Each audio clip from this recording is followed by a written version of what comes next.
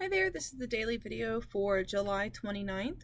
Today we're going to continue working with hypothesis testing, and in particular what we're going to do is you're going to have some practice where you look at news articles and you have to identify what the null and the alternative hypothesis is.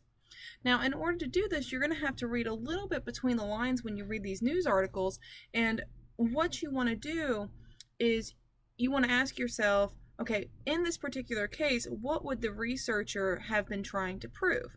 And whatever the researcher is trying to prove, that's going to be your alternative hypothesis.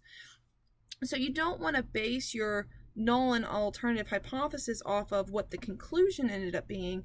Instead, you want to remember that the news article is written after the fact and kind of step back and say, okay, at the beginning of this process, what would the researcher have been wanting to prove? And so that's going to kind of be the process that you want to use today in telling what the null and the alternative hypothesis are.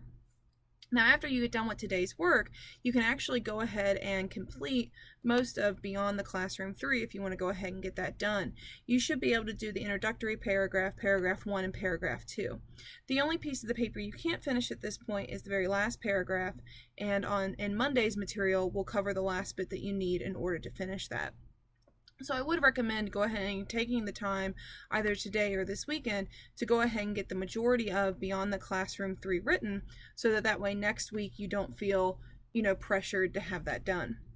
Now, as always, if you have any questions, please feel free to ask. That's what I'm here for, and I will talk to you later.